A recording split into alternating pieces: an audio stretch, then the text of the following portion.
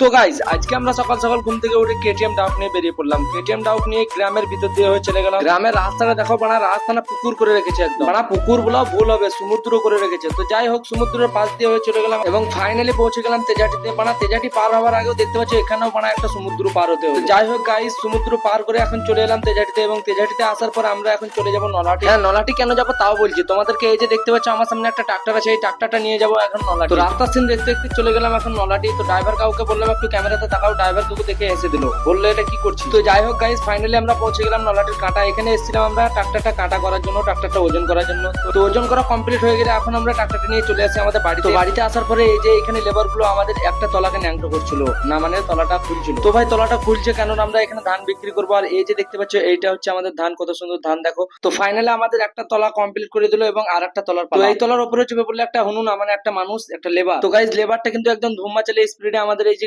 খড়গুলো সরিয়ে দিচ্ছিল, কারণ এই তলাটারও কিন্তু ধান নিয়ে। তো ফাইনালি এই তলাটাকেও কিন্তু ন্যাংটো করে দিল না, মানে সব ধান নিয়ে নিল। তো ধান নেওয়া কমপ্লিট হলে বাইরে এসে তোমাদেরকে দেখাচ্ছি এই যে ট্রাক্টরে হয়ে গেছে আমাদের মাল লোডিং এবং এখানে আমার ব্লগটা করলাম শেষ।